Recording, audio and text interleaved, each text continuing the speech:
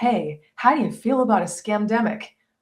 Not too good, God. There's a story there. Are you open to sharing that story? So a lot of my life's work was basically gone in smoke almost overnight because my business is based in Massachusetts. A lot of my clients were in hospitality, and the hospitality industry got absolutely slaughtered. They had a lot of draconian lockdown measures. I think you can tell I'm very pro-freedom.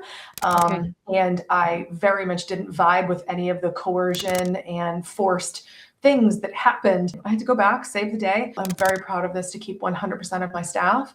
I took an absolutely bloodbath pay cut to be able to do it. COVID completely derailed my entire life. Everything that I had built, I had built a business and now I'm helping other people do it because it's if I did it once, I can certainly do it again. Welcome to Unreasonable Autonomy. My name is Sarah Grace. This is the podcast for entrepreneurs and innovators who refuse to settle. Here we dive deep into raw, real conversations with boundary pushers who have pursued seemingly impossible ideas and yet have achieved unreasonable results, whether that's in their faith, relationships, health, politics, yes, even business. All of those conversations are happening right here, right now. So let's buckle up because this isn't about playing it safe. Unreasonable ideas, unstoppable results. Let's go.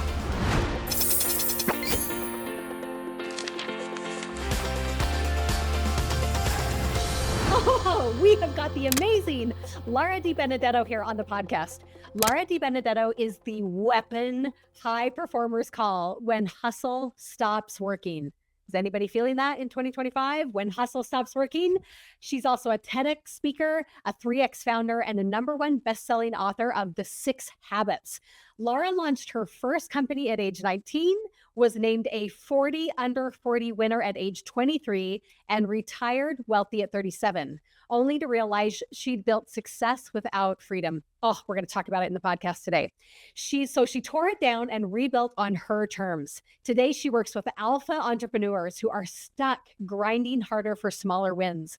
Laura is a freedom architect, a brilliant diagnostician who finds the breakpoints, strips out what doesn't work, and designs companies that scale without consuming their founders. She doesn't coddle. She doesn't recycle hustle harder cliches. She delivers blunt precision, strategy that actually works, and the mindset shifts required to build real wealth without becoming a slave to the business. I am so thrilled to welcome Laura here to the podcast. Let's get talking. Welcome back to the podcast, my dear friends. You guys, I am sitting across from one of my favorite humans on earth. Oh my gosh. And there's a million reasons for it. We are so thrilled to be able to welcome to the Unreasonable Autonomy podcast, Laura DiBenedetto. Hi, my friend. Hello. I'm excited to spend time with you. I've been really looking forward to this. You guys, if you guys just ever want to feel like you get to have a sleepover with Laura or I, welcome to the party, because this is what it's going to feel like. We are just going to get into the grit of life and business and success and failure. And I'm sure we'll talk about pets and we'll talk about Jesus. It is going to be a rock star conversation. Don't you think? Going hard. Okay. She knows. She knows. And I loved being able to record your intro and just talk about the incredible things that you've done, from best-selling author to 40 under 40 and all of these incredible just external manifestations of your genius and your goodness and your impact. And the reality is there is another side to this coin, because you are a friend of mine, right? We have spent time in Boise together. We have texted back and forth. In fact, we had to reschedule this podcast interview because my sweet dog has cancer and we had to run in and do some emergency stuff. And you were such a forgiving human. We FaceTimed right outside the emergency room and talked. But really one of the reasons that I wanted to bring you here on the podcast today is you have been through the thick of it. You have been through the thick of it with health. You've been through the thick of it as far as finances and multiple businesses. You've been through the thick of it with Jesus and with your faith. And there is something that is so compassionate about you. Oh, thank you. And I feel like often compassion is overlooked, especially with the fact that it is typically an earned trait. And I recognize the compassion that you give your clients and that you give, your family, and that you've given to your relationship with Jesus. And even the compassion that you brought into my life is so refreshing. And I feel like in a world that feels compassionless, that you are the absolute guest that needs to be at the microphone today. So welcome, welcome, welcome. You are not allowed to make me cry this early in the interview. Let's go, That's girl. really nice. That's really seriously one of the nicest things anyone said about me. Thank you. Bless you. And right, like at the end of our life, right? Don't we want to be known for being compassionate rather than maybe some of the accolades that we've both worked so hard for? Like, be a compassionate person. I think actually your character traits are your real resume. Amen. Amen.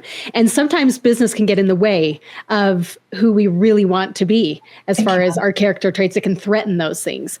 So for those people who are new to your world and haven't had the chance to sit next to you at a table in Boise and stuff our faces with Sour Patch watermelons and had these awesome, amazing experiences sitting next to you, can you give us a little bit of a background? You have owned many, many businesses. What made you choose entrepreneurship, and why are you so passionate about the cause that we'll talk about a little bit later that you're sitting in now? Let's hear it. Sure. Well, listen, they say I didn't choose the thug life, it chose me. I didn't choose the entrepreneur life, it actually chose me. So the Lord made me one rebellious little so-and-so, and I absolutely hate being told what to do. And oh man, my poor mother who had to do the tax returns for me when I think I was like 18 and I had 14 jobs in 1 year. I got fired from half and quit the other half. And it was like, hey, tap, tap. You're not meant to be an employee, sweetie. You're meant to be an employer. Oh, okay. So I kind of figured that out. I didn't thrive in systems that other people created. I hated it. And, so I started my own business when I was 19 and I was like, yes, this is way harder, but also more real. Like, this is legit. This is great. And, I have to tell you, entrepreneurship, man, it will give you so much incredible insight into who you are and your real capabilities. And it will teach you more about life, people, and the way of the world than any school ever could. Entrepreneurship completely, it's also like a natural extension of my personality at this point because I'm so freedom oriented. Now, I want you to think about me as a 2-year-old. Just think about tiny little me being freedom obsessed. Can you imagine how much fun that wasn't for my parents? Oh, I'm going to interview your mom. This sounds so fun. Oh, she's a hot ticket. You should definitely interview her. She's very funny, but and she's still sharp as a tack. She's 82. I talk to her all the time. It's great. But yeah, I've always been completely freedom oriented. And, through the ups and the downs, I will always choose entrepreneurship because it not only does it free you, but it defines you and it reveals you. And man, for all the people who are, struggling with entrepreneurship, it's because they're really not, I don't think they're leaning into it hard enough or fully trusting it and letting it be what it is, embracing the mess or even, just trusting their own capabilities or what God can do with them. And, here I am, Lord, send me. Also, sometimes that looks like doing business, and that's okay too. I don't know, there's so many thoughts I could give you, but I'm not going to give them all at once. We'll be here for 5 hours. Yeah, we'll dive into some of those specifics coming up. So you discovered early on, you were like, I'm not going to work for someone else. I'm not going to tick my mom off anymore with my tax returns by having 14 jobs and losing half of them. I am driven by freedom. So you started a business. Was it kind of an immediate success? Was it more of a patient ride for you? What was that experience like? Not an immediate success. And I wasn't patient because I was 19 years old and what 19-year-old is patient with anything? It's like, hi, I'm 20. Why am I not a millionaire? I'm confused. Yeah. God, it was an insufferable turd. It was one of those things where persistence really pays off when you play the entrepreneurship game. And it's not always the best business model that wins. Sometimes it's just persistence that pays off and riding through the hard moments and just showing up repeatedly. And it's like, if life punches you in the face, be like that, like that clown with the sand in the bottom. You punch it, what does it do? It comes right back up. You know exactly what I'm talking about. So I do. I feel like anybody our age is going to get it. Younger people will be like, what? But We'll put a link in the show notes. It's all good. We're fine. yeah, that's good. Now you have to Google it and include an image. But yeah, I mean, it wasn't really immediately successful. In fact, I had the wrong business model for many years. And it took me several years to kind of get out of my own way, figure it out. But I'm so grateful for the struggle, because the struggle is what revealed the correct path to me, and in such a profound way that I was able to extrapolate not only the correct path, so many nuances that if I had just gotten it right the first time, I wouldn't have learned the lesson. Right. You don't learn through getting it right, because you're just like, oh, I'm right. And you don't really examine it. But when you fail and you fall on your face, you have to examine it if you wish for a better outcome. So now I have the formula, I have the correct pattern, the correct path, the whole thing. And now what I'm doing is I'm helping people to not make the mistakes that I made. And I'm just giving them the shortcut. Hey, here you go. This will save you 8 years of aggravation. Here you go. And I'm joyfully giving that to lots of people through my social media content, but also in my membership community. Just like, hey, you're on hard mode. Would you like to stick this on easy mode? Remember the Game Genie for Nintendo? Remember those? Yeah. I'm Game Genie for business. It's your new brand. It's your new brand. Oh, I love it. I love it so much. And one of the things I also deeply admire about you, and this really pulls into why I believe you're such a compassionate person at your core, is because you are focusing on entrepreneurs who are in what you call the 6-figure prison, right? Yes. And I don't even have to explain what that means to anyone listening, because all of us have sat in the 6-figure prison, and your result, your vehicle that provides them with freedom, shows them how to get beyond 7 figures. And what's fascinating, right? What's fascinating is I believe that you are doing some of the hardest work in entrepreneurship, meaning you are trying to tackle what many believe to be the impossible problem. Right. And meaning if you're going to have like a service-based business that works with 7-figure and above, often those 7-figure and above businesses, yes, they need help, but they also have assets and they have resources and they have a network and they have other levers that they can kind of pull at a quicker pace in order to, produce the results that you're bringing to the table. But when you are working with 6-figure entrepreneurs, you are often working with people with extreme doubt. I'm not saying 7 figures don't have it too, we do, but you've got extreme doubt, you've got a lack of resources, right? And you've got, I'm trying to grow an audience. You've got traffic. You've got all of these things that in that 6-figure world. Huge bottleneck. Amen. The huge bottleneck. So this is where your compassion comes in. Like, why did you decide to pick the hardest stage of entrepreneurship to crack? I don't know. I love. What's your why, girl? Seriously, like I don't know. I used to be the battered and frustrated entrepreneur who could not get out of my own way. And it was like, I would just leap from fire to fire. And I did that. I set my health on fire, and I was an insufferable woman. Yeah, like I was the dragon lady. Like, I mean, think about, Devil Wears Prada, but much less fashion, much less. But like I was so unpleasant because I was doing everything on hard mode and I was completely burnt out. I even made myself really sick. And it's like, I have compassion for who I used to be, but I also have compassion for these people who they have such good hearts. I know they do because I spend time with them, and they like, I serve a very specific person. Okay. So I don't serve anybody and everybody. I serve people who have an open heart posture, who people, who really deeply want to serve their family as God has called them to do, who really want to be providers and they want to be present in their marriage. They want to be there for their kids, but they also want to build a legacy business. And honestly, the idea of like doing any sort of service for the community or service for God is completely like off the menu, because all they can do is just put fires out. And it's like, well, how about we actually fix what's broken in your business? So then you can step into what God has called you to do, provider, servant, all of these other things. It matters. And I took it on, I guess, because like, I work with people who are over $1 million too, but like there's a point between usually the business owners who are somewhere between like 500K in gross revenue and about 1.5-ish, depends on the business model, where you can muscle your way into that. You can grind yourself into the ground and you can build that. The problem is you can't use that same methodology to scale that. You've hit a ceiling, and that's why you're frustrated. You're just like, well, the only way that I scale it is by putting more, but there isn't more. You can't, there's no more to give. Like I'm already at max capacity and it's already too much. It's like, okay, well, let's actually take several steps back. What would happen if we wanted to grow this into an 8-figure business? Like, sure, yes, let's get you to 7 figures, but like, let's build for 8. Let's build for durability and prosperity and blessings so you can actually give people jobs and do all this other stuff and create systems and not kill yourself to do it. If we do that, the decisions you make are different. The structure you build is different. Everything is different because you're looking at it like, oh, I can't muscle my way into that. I have to leverage my way into that. Correct. Other people's time, other people's money, and other people's technology. I love this so much. And I want to even dive deeper into your specific IP.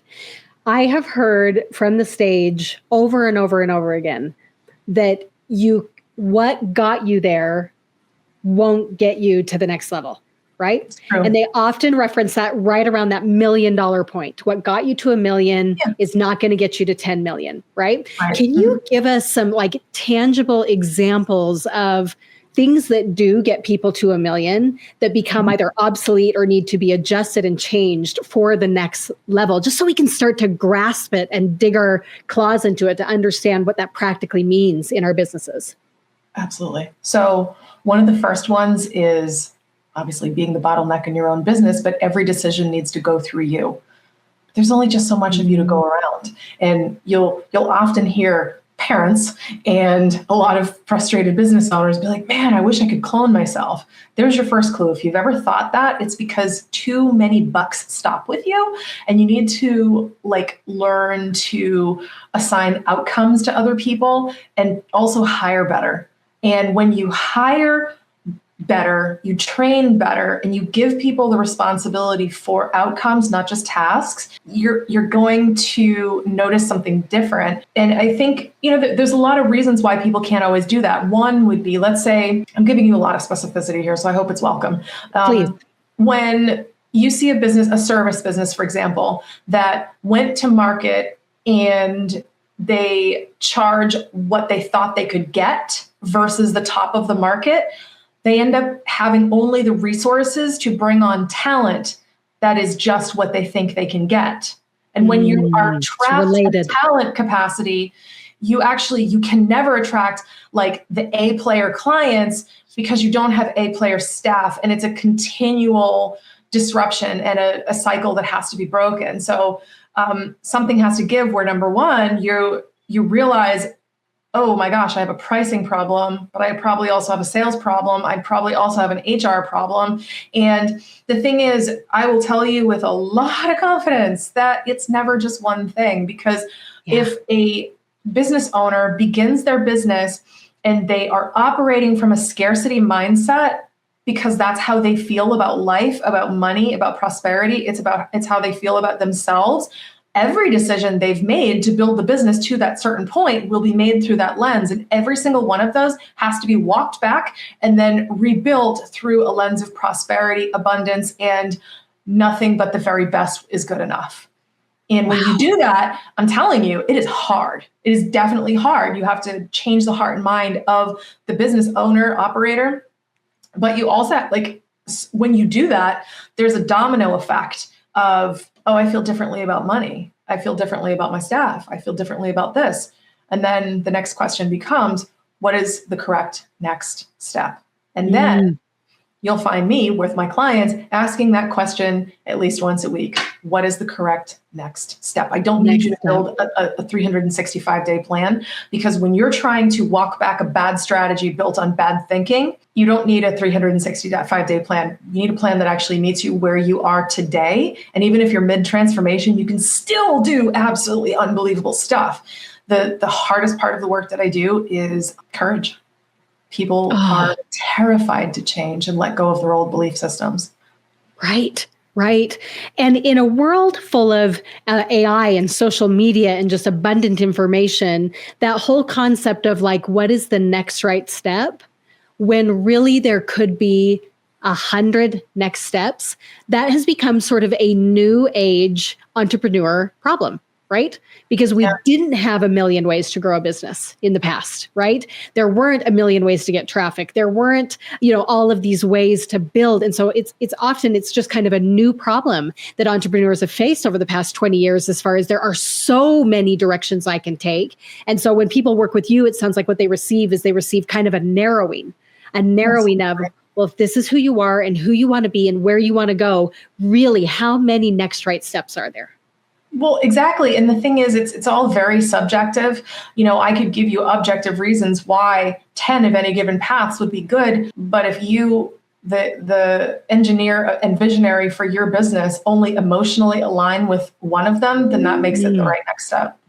Oh, I love this. And I want to back up to something else that you brought up when you said, I don't work for everyone, right? And not everyone has to want to work with you, which again, a very abundant mindset, which I admire.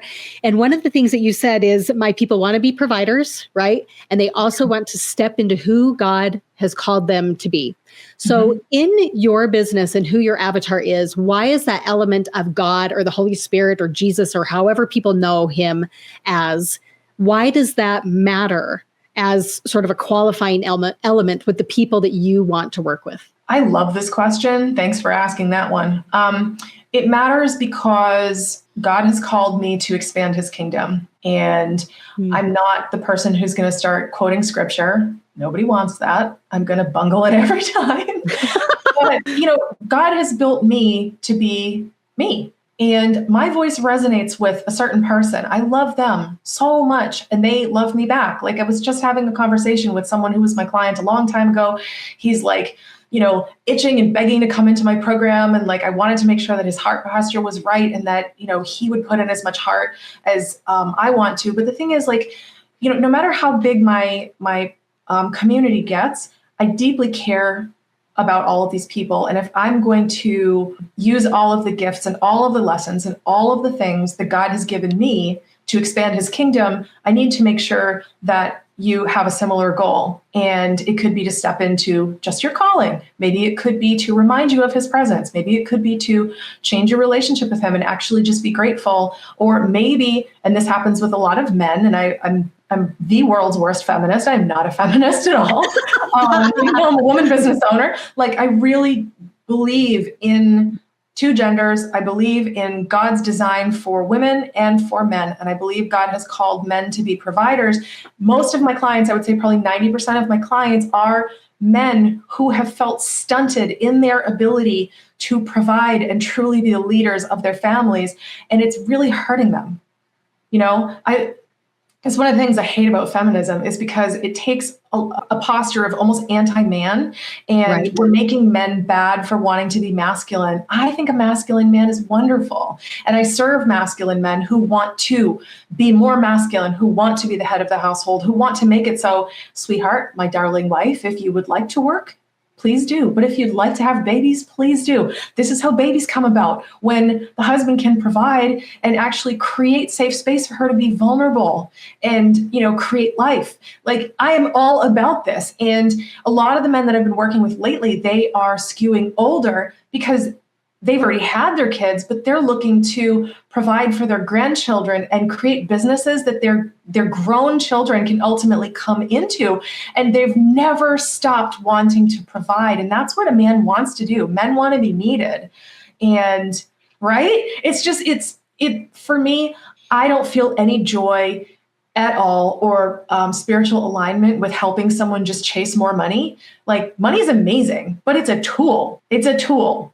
That's it. I like having lots of tools. I like to help other people have lots of tools. That's how we can serve. Easiest way to honor God's commandment to take care of the poor is to not be one of them and to be in such abundance that you can share. So there's so much to this, but my own views around freedom and sovereignty and just service and spiritual alignment, it is really just calling me to do this. And my own relationship with God, it's no. These are the people who you will serve. The man who has been, stunted in his ability to really stand in the calling that God has for him. Incredible. The rest of the conversation that we're going to have could easily come from everything that you just said. So just listeners, let's go. Okay. I want to dig a little bit. A short question, but It's really good. And I think it deserves some follow-up here. So if you're willing to go deep with me. Yeah, absolutely. Just because we are willing to talk about unreasonable things here on this podcast, I would like to bring into the conversation Charlie Kirk, who was assassinated a couple of weeks ago here in Utah, about 2 hours away from my home. And to be completely frank, I did not know who he was until about 2 days before the event, when I just started people saying they were going and there were tickets and like the promotion of it. I had no idea who he was. Right. So I'm partially embarrassed that I must have been living in a hole. But since that assassination, I wanted to learn about this man, right, that was assassinated and what he was about, because I had no opinion. I had an opinion on murder is wrong, and I was embarrassed for the state of Utah and all of the things, but I just thought, who is this man and what makes him so divisive? And one of the things that has obviously been, because of the algorithm, fed into my feed a lot is his very old-fashioned approach to the structure of the family, right? Mm-hmm. He stands very clearly for marriages between a man and a woman, and that a woman's greatest gifts come through nurturing and through raising children. And I know this is sensitive, right? We're friends. Also, the idea that a man is best placed and is at his best when he is a provider, right? Mm-hmm. And he is a protector. And in my faith, I'm a member of the Church of Jesus Christ of Latter-day Saints, or a Mormon, as many of us know. We have a declaration, they call it the Family Proclamation, that spells out some very, very similar standards or expectations or principles around the structure of a family, about the roles of men and women. And it has not been well received worldwide because it stands for these very specific ideas. And so what I'm going to do is hand this to you to say, do you really believe, how do I re-say this? Rand, when you listen to this, start this question over. Rand's our editor, by the way.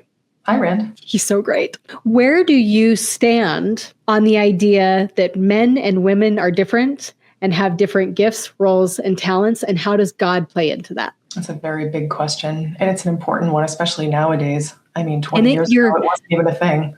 It wasn't a thing. And your answer can be messy, and it's welcome here. Okay. I am a recovering Democrat, and I grew up in Massachusetts, and I was a feminist. I was like, yeah, women, we can do what we want, and you should be able to have an abortion if you want to, and it's okay to murder babies, and it's totally fine because it's all about you. And I have completely changed. I mean, people think that because I like guns and ammo, and I do, I used to have an ammo company with my husband, that I am on the far right. I am not. I'm someone who lives squarely in nuance. I think that there's complicating factors to just about every single issue. And people don't discuss the nuance peacefully. They don't, I think, no offense to anybody, but most people don't really have the intellectual training to be able to discuss nuance and do so peacefully. And I've met a few people who really can. Charlie Kirk was one of them.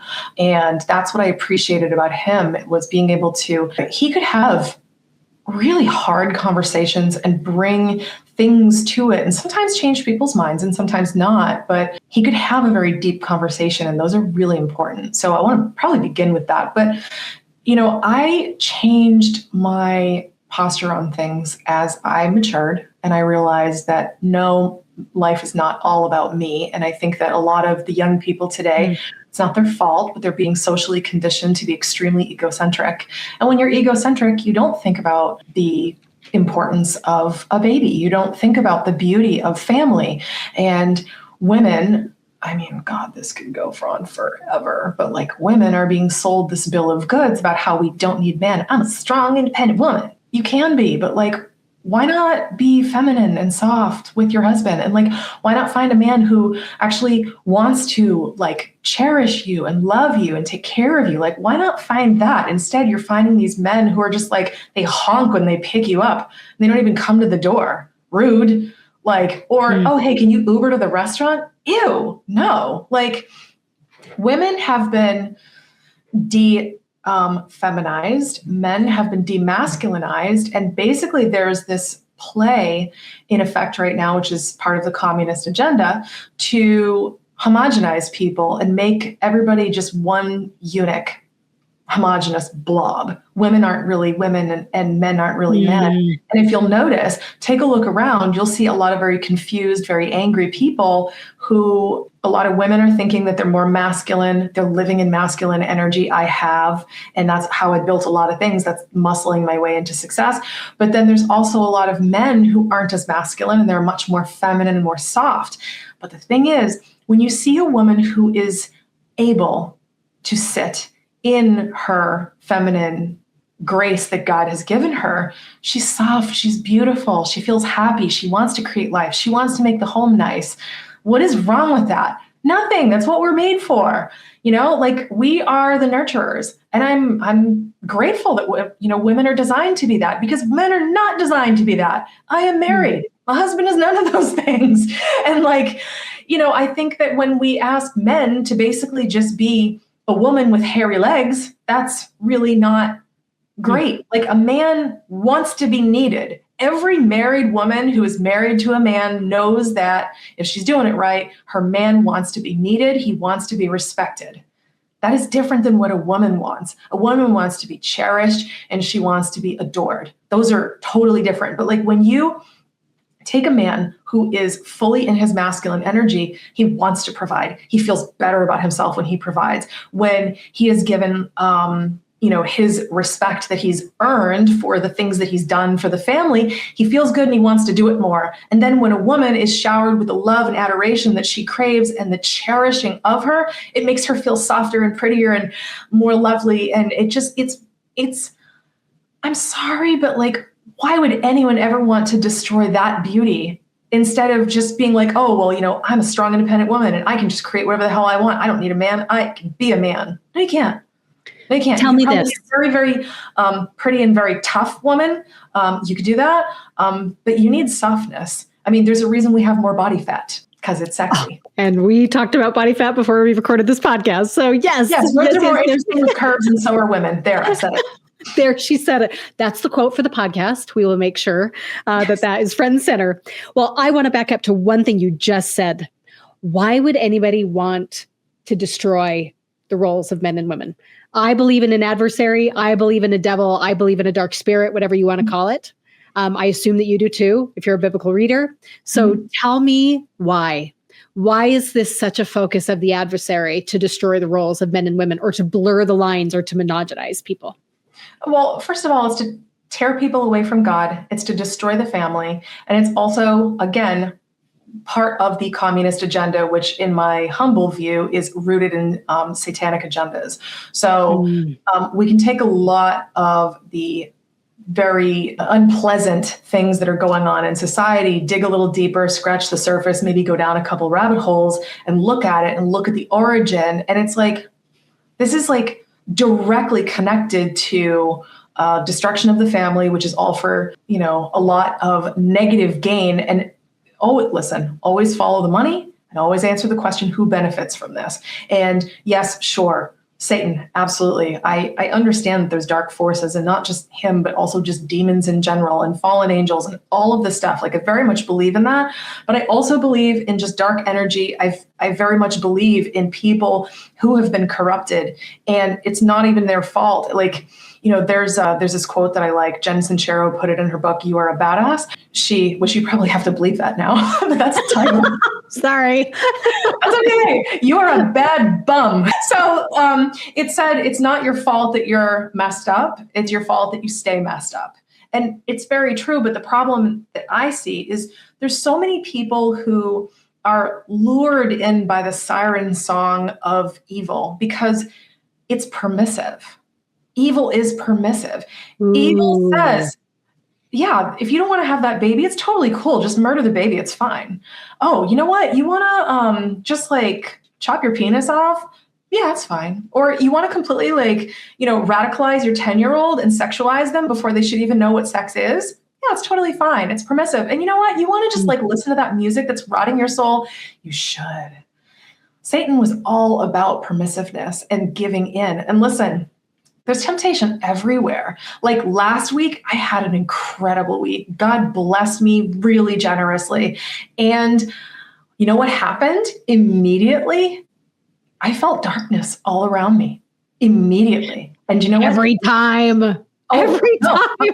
But the thing is, like, I'm almost 45 years old. And in years past, when I would feel that darkness, I would give in to the darkness. Oh, I'm just going to have some wine and whatever. I'm in a lousy mood and it's fine. Or I would complain and all that other stuff. And I was like, no, Lord, there is darkness around me. You did not put that there. There is no reason for this to be here. I am swimming in abundance and joy and gratitude. I reject this. Absolutely not. Lord, I choose you. And it took me years to arrive at that point to recognize the darkness and then respond so quickly. The problem is so many people, they'll see something that looks like darkness, but darkness always looks like a sexy stranger with candy. Always, temptation. It's like temptation. It wouldn't be tempting if it wasn't sexy. Right. Like, here, would you like a ball of thorns? Not tempting. Okay. How about a ball of sin wrapped in like pornography or a little bit of light murder on the side? Like, ooh, that's attractive. Let's watch this really sinful programming that like rots our souls from the inside on Netflix. Let's do that. No. Right. And I think about this analogy that was actually taught in part of a sermon in my growing up, where he was talking about that the way that the devil works is sort of like a frog in a pot of water, that he's just sitting there, but it's sitting there on the stove and it's been turned on. Right. And so the water just gets warmer and warmer and warmer and warmer until it kills the frog because it boils. Right. And it's rarely is it this really obvious, like, okay, I'm sitting here and I'm reading my scriptures and I'm going to go and harm my neighbor in a really terrible, or assault my neighbor or whatever it may be. No, but it happens gradually. These very gradual elements that happen. And so I really want to kind of pull this into part of the work that you do with your clients, especially because God is such a huge part of it.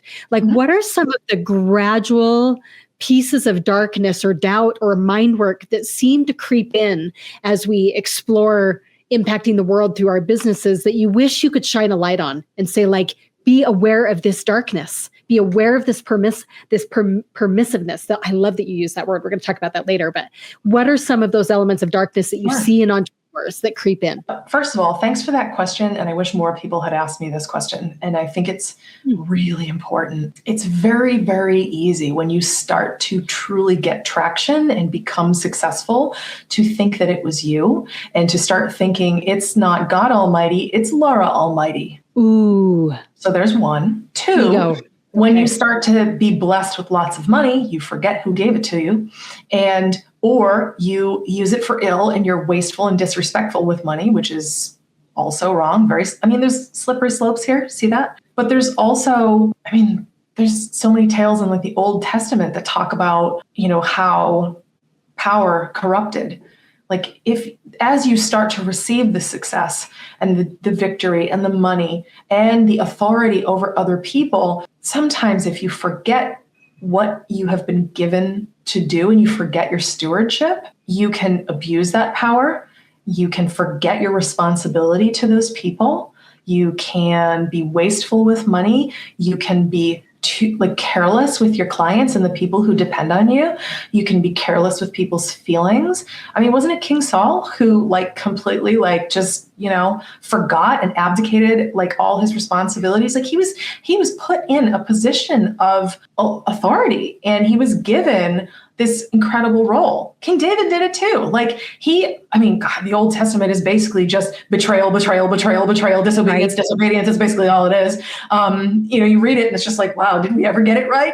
No, but we still haven't. But this is our opportunity. Can we actually learn from these lessons? Can we actually be extremely conscious? And that's one of the things that I love about the community that I've created. There's group conversations, there's individual conversations, there's active ongoing chat, right, in this 24/7 Slack community that I have. And there's all of this stuff where the more centered we are and the more honest we are, the more humble we are, and the more I and other people's can, in the community can be like, hey, are you sure that's the best use of your money? Hey, are you sure that situation is going poorly because of bad luck? Or do you think that you dropped the ball and you failed in your stewardship? these are not always conversations that people want to have, but that's the thing. That's why it's so important to have the correct heart posture when it comes to being a servant of God. It's like, if you really have that correct posture, and I myself pray for it all the time, like, Lord, please do not let me fumble here. Please do not let me waste this blessing that you've just given me. Please let me treat this person in such a way that you are calling me to treat them. Please help me see what I need to see so I can serve them and be a mouthpiece for you and help them to give them the lesson or the wisdom they need right now to actually show up. And it's not about me. That's it. So there's a lot there, a lot of things, but a lot of it is when people start to win, they botch it a lot. And that's a big thing that I'm working on. So following along that same line, one of the words that you kept using was forget. They forget the source of the money. They forget where the success came from. They forget their commitments to their clients. I think you used the word careless. So yes. A lot to deal. I mean, the opposite of that is remembrance, right? Remembrance. What sort of practices do you believe that 7-figure entrepreneurs have begun to understand that help them remember, that help them stay rooted in God, that help them stay rooted in who they are and what they've been called to do instead of going down some of these strange roads of carelessness and forgetfulness? Like, what are those rituals? Well, prayer being the most obvious, but not just like, hey, God, how you doing? Thanks for all the stuff. See you later, and then, in Jesus' name, that's what we say before we hang up. Bye. It's more like going before God with a humble heart and saying, these were not things that I have ever been worthy of. And, please use me. And I think that if you continue to pray that prayer of please use me, I didn't always. And guess what? Life was on hard mode. Now I pray continually, please God, use me for your will and for good. And please keep me humble. And yes, please bless me and always help me to use my blessings well and in your service. And, gratitude is huge. That's outlined in my book. Honestly, the other thing is honest conversations with people who you have allowed to see your soul. I think that, conversations like this, if you are my client and it's my job to be your steward and love you and shepherd you and help you to build everything that you want to do and use it for God's glory. And you say that to me at the beginning of our relationship, you best believe I will always show up with sword and shield in hand, ready to do that with you. And if you start to stray, this is why God made me the way I am. I'm the spicy one who doesn't shy away from that stuff. I'll be like, listen, my friend, I love you, but I'm noticing something. Can we talk about it?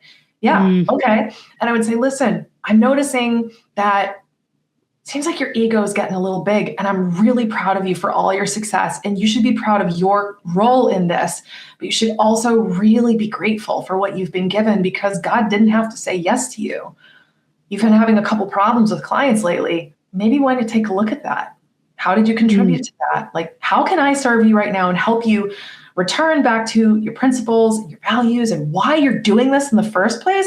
But also let's put you back on the path. It's so fascinating. And one of the elements that I deeply respect is that you believe hard conversations have to happen. And I think sometimes those hard conversations happen between us and God. And sometimes those hard conversations have to happen between us and mentors or coaches or whoever those may be. Right. And you and I met because of the world of Russell Brunson. And he is a mentor to both of us.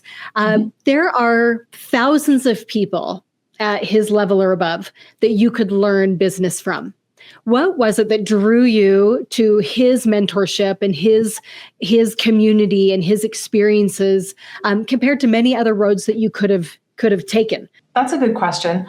I would say it was a combination of factors. One was just repetitious exposure. I was first exposed to Russell's content maybe 6 or 7 years ago, but I didn't trust him right away because I was like, you could be a charlatan like everybody else I've spent money with. But I was skeptical.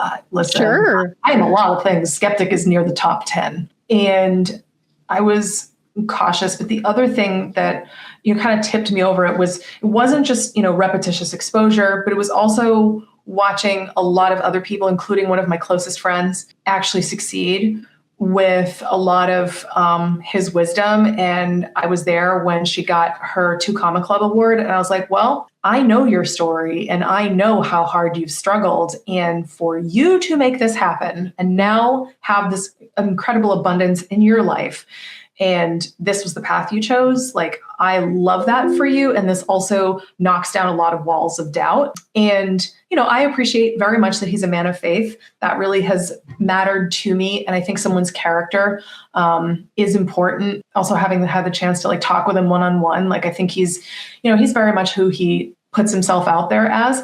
And when he says there's 2 versions of him, there's the awkward one and the not awkward one. He's absolutely right. And I just, I think that there's a lot of truth there. But for me, it wasn't just the time, but also when I was first exposed to Russell, I was heading towards retirement. I retired right about the time that I first heard about him in 2018. I was done. I had very generous multi-6-figure passive income. And I moved to Maui. I was like, peace out, y'all. I'm going to go hang out with turtles for the rest of my life. Yeah. But people plan and God laughs. And he was like, hey, how do you feel about a scamdemic? Not too good, God. This one's going to hurt. So. Oh, no. Oh, yeah. No. There's a story there. Are you open to sharing that story? Sure. Yeah. What happened? Well, so a lot of my life's work was basically gone in smoke almost overnight because my business is based in Massachusetts. I still have it. I saved it from the brink of disaster. But a lot of my clients were in hospitality, and the hospitality industry got absolutely slaughtered in Massachusetts. They had a lot of draconian lockdown measures. I think you can tell I'm very pro-freedom, and I very much didn't vibe with any of the coercion and forced things that happened. And it really made me angry when Costco and McDonald's and stuff like that could stay open, but the small mom and pop businesses that I love and care about had to be closed. That made me irrationally angry. Yeah, I wanted to flip tables. I'm like, really? This corporation isn't successful enough, but this little mom and pop business is non-essential. Are you serious? So I had to unretire very promptly. And my COO also got cancer at the exact same time. So not only did I have to help her, I had to take over for her, and I hadn't touched the business in 2 years. So it was like, how do you do this? I forgot. How do I do this? Sure. Yeah, Sure. yeah. So I had to go back, save the day, and I was able to help the clients that I could help. And I was able to keep as many clients as we could. I'm very proud of this, to keep 100% of my staff. I took an absolutely bloodbath pay cut to be able to do it, but I'm glad that I did. And the business has recovered. We still have a lot of clients who were more like business to business who stuck with us during COVID, but COVID completely derailed my entire life. Wow. Everything that I had built, I had built a business. So obviously this is what I'm working to help people do. I had multiple 6-figure passive income. I wasn't working. I built a business that paid me to sit on the beach.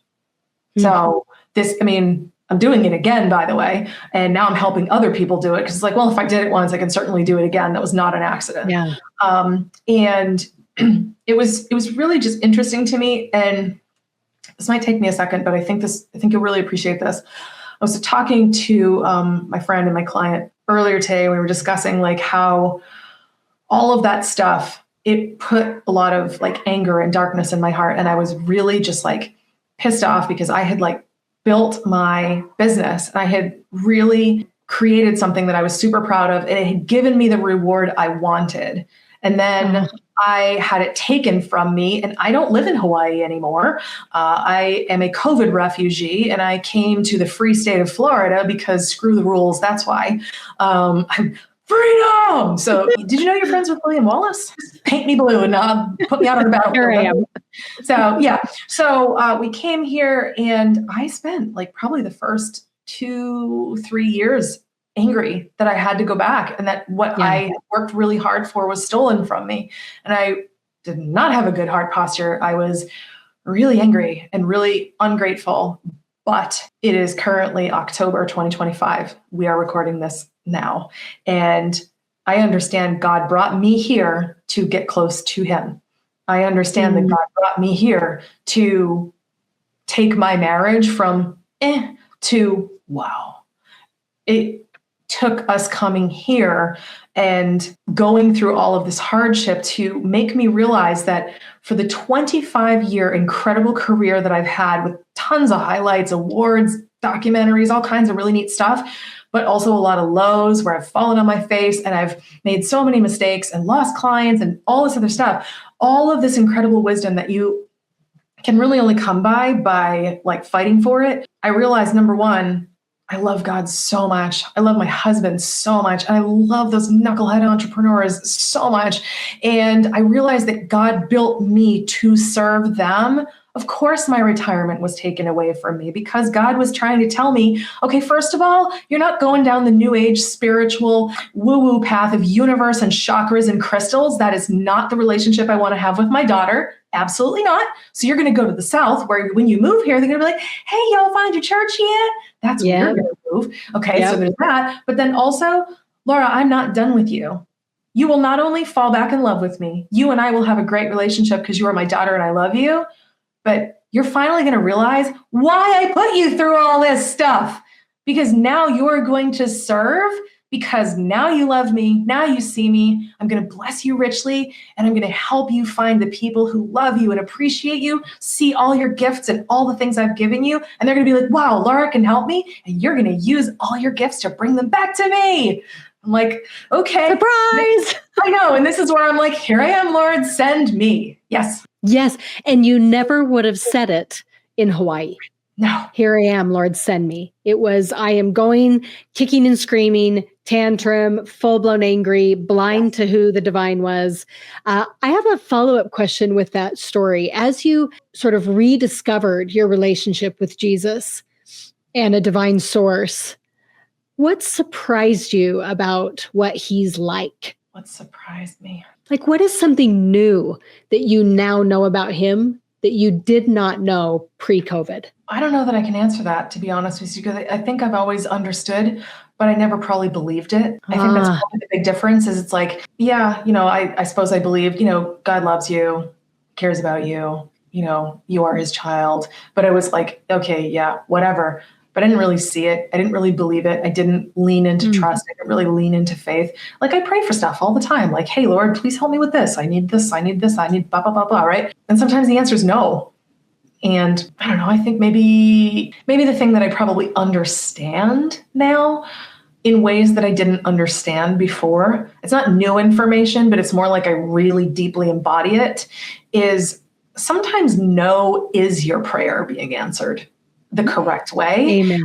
Amen. Yeah. Like I always thought, I shared this recently to my email subscribers. Like I had a very contentious relationship with God growing up because my father's disabled and I was a little girl. Dear God, please fix my daddy. And the answer was always no. So as a teenager, I was like, okay, fine. Well, poo on you then. I want nothing to do with you, which is what a lot of teenagers do. So. Unfairness, angry, can't understand.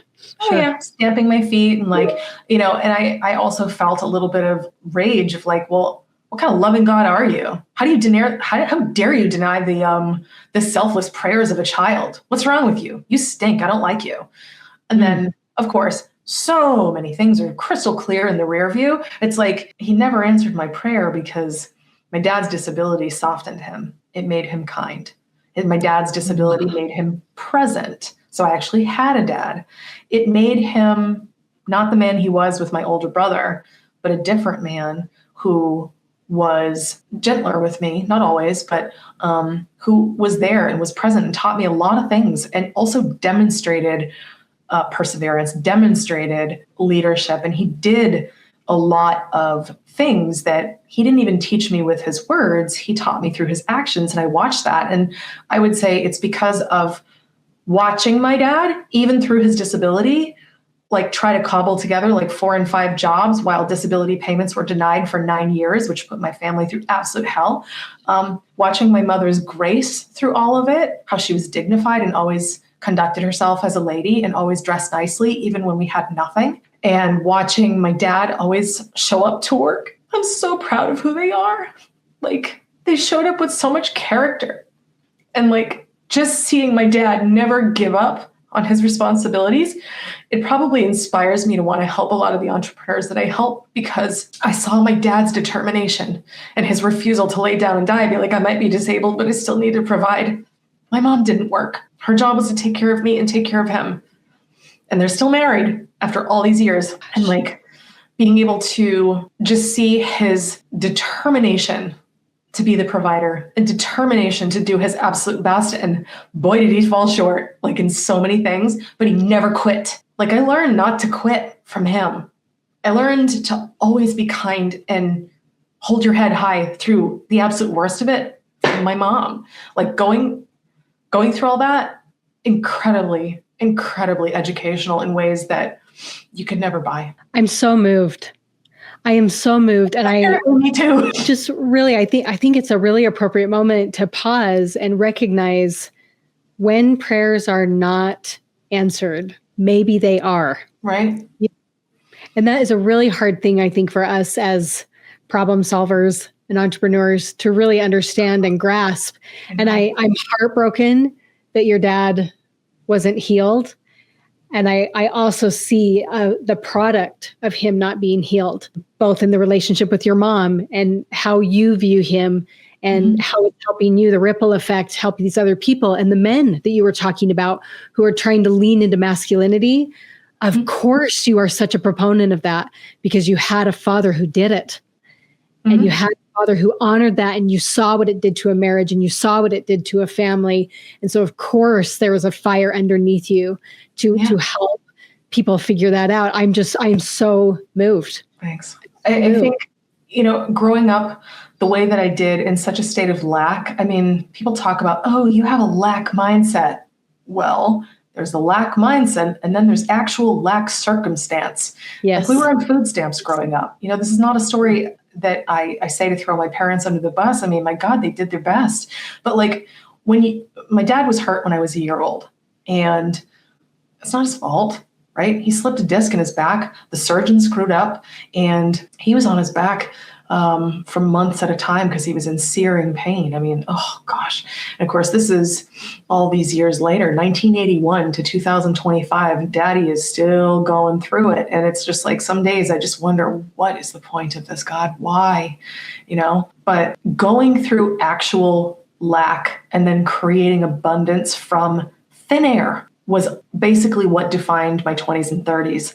And I know what lack feels like. I know what struggle feels like. I know what it's like to go through it as a child. I know what it's like to watch your parents go through it. I know what it's like to want to provide for your parents. That's a weird sensation. Just, well, Lord bless me with so much that I can not just take care of my family, but my parents too. There's like, a lot of the people that I work with, they have aging parents. They want to take care of them too. And it's like, the thing is, lack sucks. And the thing that people don't really think about that really bugs me is, people want to demonize money and wealth and all that other stuff. And they treat abundance like as if it's something unholy and impure and like, oh, poverty is noble. No, it's not. No, it's not. Your character makes you noble. Your character makes you a schmuck too. So like, why don't you work on your character? And the thing is, if your family doesn't have to suffer, that's pretty great. If you are able to serve God because your needs are met, take a look at the Maslow's hierarchy of needs, your needs for your basic life. And when you don't have to think about money anymore, that's when you can think about service. But you can't think of others until your own needs are met so satisfactorily that everything else can have a seat at the table for you. And that's the thing that I wish more people would understand is it's like being broke is not noble. Like, stop this. Like the whole like 6-figure prison concept, like 6 figures is not what it used to be. Like I remember when I was like 19 years old, like, wow, she's making $100,000. Please, after taxes, it's $60K. You can't feed a family on that. Right. You can't. So it's like, it's not noble. And like when people say 6 figures, it's because they're usually at the bottom of it. They're not like, oh, well, I'm making $980,000 a year. Nobody ever says I'm making 6 figures. They're like, I'm making nearly 7 or whatever. Like it's different. And it's like, there's no nobility in suffering, And I just like, There needs to be more room at the table for the good works in your life. There needs to be a seat at the table for God. And if all you ever have to do and have to focus on is getting your freaking financial needs met, how can you ever take care of God and serve and take care of children, do missions work, or even just give to your community? Like, I know this one gentleman, he's so cool. He wants to like create like all these incredible like certification programs for kids. I'm like, that's amazing. That's a way of giving back. And like, it's really important to him. And just like giving and serving has absolutely no room at your table if it is constantly occupied with, I got to make ends meet. I got to focus on money. I gotta. Where's the relaxation in that? Where's the joy in that? Where's the abundance in that? Like, I know some really great, awesome people who happen to have nothing and they'll share their last dollar. That's beautiful. Really, really beautiful. Also, those people can't do much good, but they are doing good and it matters. Now imagine if they could take that beautiful thing that they're doing and multiply it by 1,000. That's what prosperity allows us to do. I feel like we have a moral obligation to be very financially abundant and to use it well within the guardrails of our relationship with God. It's not just, hey, I've decided that I think abortions for everybody is good, therefore we're going to do it. No. It's not good unless you actually have the guardrails of God to guide your actions, to define what the good is. And I want to see more people who are good have the kind of wealth that they can actually use. You know what I mean? Like, this matters. This world it's in rough shape. We need more people with good hearts and proper authority doing good things. And that is the mic drop. That is the mic drop. It's like $1,000. Don't drop it. It really is. And what I want to do is, we have been so fed today from you that I want to ask you two kind of whole questions, and then we'll dive into a couple of rapid fire fun questions to tie it all in a pretty bow, because I really want to end on this kind of passion of abundance and of God's work in that and of how that impacts the world and all those things. I would imagine that regardless of what is in someone's bank account today that is listening, that they are experiencing some form of lack. I'm experiencing lack. You're experiencing lack somewhere. A listener may be experiencing financial lack, or there may be more like soul lack. Mm-hmm. So if someone wanted to begin to course correct their lack in their soul over the next 30 days, what would you tell them to do? And then I have a follow-up question. Well, there's two answers. One is spiritual, one is pragmatic. One, the spiritual, pray like your life depends on it, because it does. Bring your needs before the Lord with a lot of specificity. Lord, I need, $100,000 this month. Here's what I want to use it for. Justify it. If you can justify it to the Lord with a straight face and continue to pray for it, you may not get everything that you seek, but you will be more aligned with what it is that you're asking for, and God will hear you. I'm not going to tell you God will bless you, but the thing is, you will change as a result of your prayers, and that is the most important part. And you will open your heart for God to change you. That's one. Two, the practical lens of this and the pragmatic part is take a look at your life and realize where you are the bottleneck and where you are objectively, feelings aside, actually obstructing your own prosperity. Because I guarantee you there's something that you specifically are doing. So you, my dear friend, there is something you are doing to step on your own foot. There is something that I, Laura DiBenedetto, am doing to step on my own foot, right? It is upon me, it is upon you to look for that particular bottleneck. Eradicate the bottleneck by any means necessary. Take even the smallest of actions, because I got to tell you, like, over a long journey, 1 degree will completely change your outcome. Amen. 1 degree. So can you radically change in 30 days? Absolutely. Can you change even a little in 30 days? Yes. So those are the two things that I would tell you. And there was a second one. I forgot it. My follow-up question, right? I hadn't told it to you yet. You didn't tell me that. That's why I forgot. Yeah. The follow-up question would be for those who don't necessarily feel lack in their soul. They feel driven, they feel called, they have belief, all those things, but they have a lack financially. Yeah. They need an extra 10, 20, 50K in the business in the next 30 days. what would you advise that kind of lack? How would you address that kind of lack in the next 30 days? It would be the first two things that I said, but also very specifically, get out there and sell. You need money, go out and sell, period. Perfect. I think we all make the huge mistake of trying to get ready. And we will, be like, oh. I love how you said it. Try to get ready. Yeah. And you got to have the shoulder wiggle when you do it too. You got to get ready. But so many of us delay and procrastinate and we are afraid. So the God's honest truth is when you are trying to get ready, it is because you do not feel worthy of the thing that you want to do and are terrified of doing. And you have convinced yourself that you are going to fail. Therefore, you have decided to make darn sure that you do by trying to make it perfect. And like, oh, well, I can't go out and sell right now because I don't have a website. Okay. Well, I can't go out and sell right now because I don't have business cards. Cool. You could drop me off in jeans, flip-flops, and a tank top in the middle of Germany. I will make a sale within 1 week for big dollars. Do you know why? I know that the best salesperson on earth for my business is me. 2, if I need a business card, my business model stinks. 3, no one can talk about it better than I can. 4, I got passion for days. 5, I'm not afraid of human beings. 6, I am super worthy of God's blessing, and so are you. And 7, when I pray for God to find the people who want what I have, He delivers. I pray over every single sales meeting I have, by the way, and you can do that too. Lord, please make sure that this meeting is aligned with what you want, and if I can truly serve this person, make it clear to both of us so we move forward in your service. It's good prayer. But number 8, you also don't give up because of your daddy.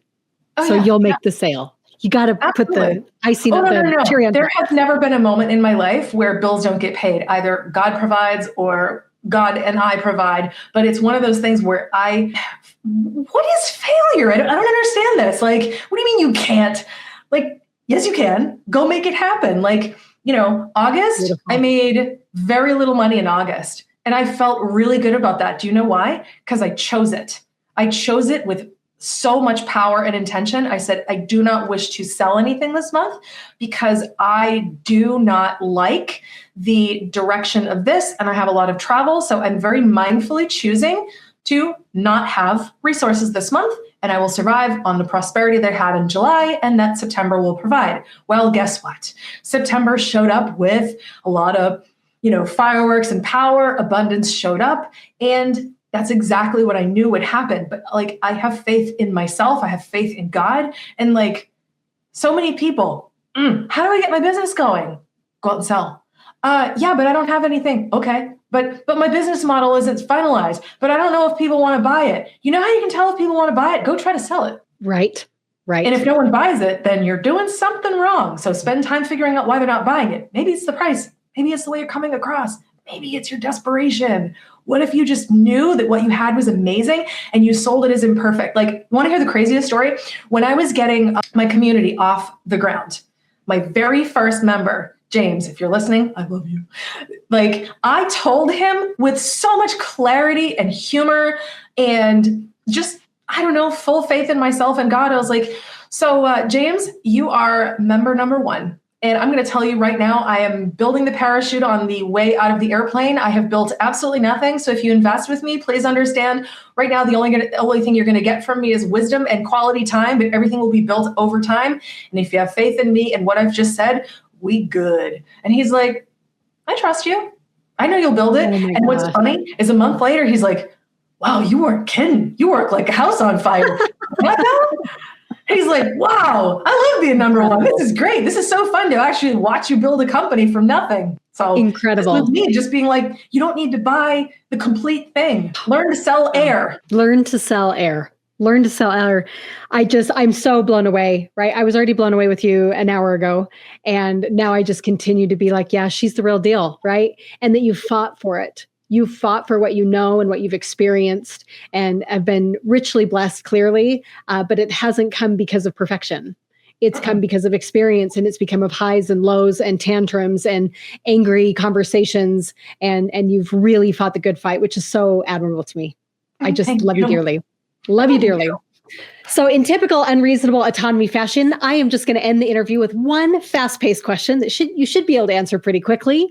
And then we'll end the interview and we will get this off to the masses. And I know that our listeners are going to be so blessed by being introduced to your world. So the very last question of today is, what is one book every single entrepreneur must read, and it cannot be the Bible? I mean, I'm not even going to say my book, although that's a good one. What to Say When You Talk to Yourself. What to Say When You Talk to Yourself. We'll make sure that we link it in the show notes. Dr. Shad Helmstetter, I believe. It's an absolutely ugly little book with a hideous cover page. And the wisdom in there is absolutely critical. And just that one book alone, if they read nothing else, it will really kind of blow your mind if you actually do it.